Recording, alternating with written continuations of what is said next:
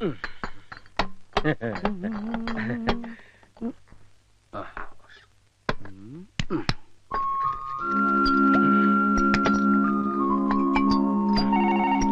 എവിടെ ഇരിക്കും? ചിലപ്പോ എന്റെ ഡാഡി ആയിരിക്കും.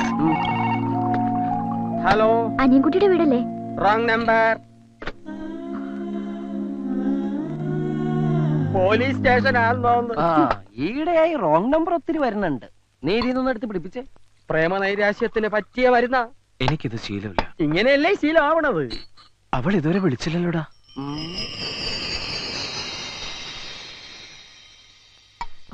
ഞാനൊന്ന് ട്രൈ ചെയ്യട്ടെടാ. അവൾക്ക് നിന്നോട് റിയൽ ലവ് ആണെങ്കിൽ ഇങ്ങോട്ട് വിളിക്കും. ഇത് ഫോൺ ബെല്ലല്ല, കോളിംഗ് ബെല്ലാണ്. ഡ്യൂപ്ലിക്കേറ്റ് ആണ്, തൊണ്ട കത്തണ്.